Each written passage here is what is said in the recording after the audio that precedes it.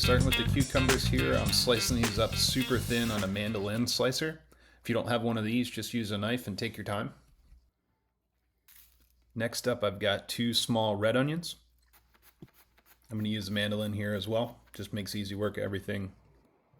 Spreading everything out here between 2 sheet pans. I just find it's easier to season everything this way and make sure your ratios are right.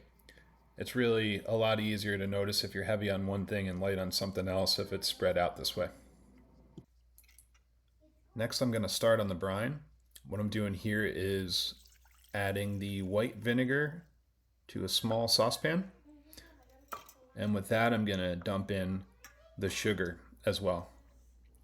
Going to move this over in a second to the stove and just heat it up gently. I just find it helps dissolve everything. Here you can see it's kind of starting to get nice and clear. There's a little bit of sugar still in the bottom of the pan. You just want to completely dissolve it. Shouldn't take too long. Next, I'm going to move back to the cucumbers and onions. Just seasoning here with some kosher salt and also some white pepper. Could use black pepper as well. I just think it looks a little bit nicer. If you're seasoning with white pepper, just hold off a little bit on what you would normally do with black pepper. It's a little bit stronger. Next, I'm transferring everything to a bowl. Just want to make sure you have something big enough that's going to hold this.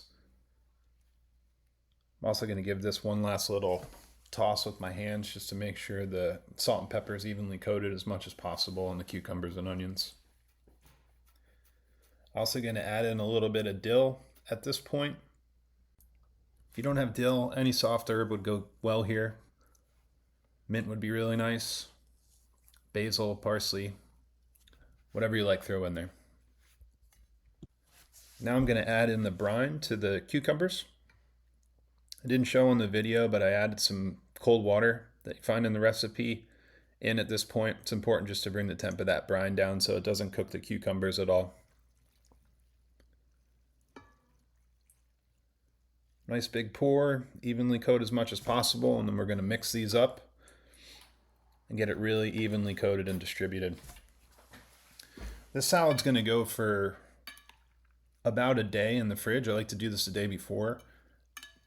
One thing I think is important here too is about half of the way in, 12 hours in, the night before, before you go to bed even, or a couple times throughout it, just take it out of the fridge and mix it up again just to make sure everything's evenly getting coated. Now give it a good wrap and get it in the fridge and let time do its thing. This is a great side, great salad to have for barbecues, picnics, or just having a little extra in the fridge. Give this one a try. You're going to love it.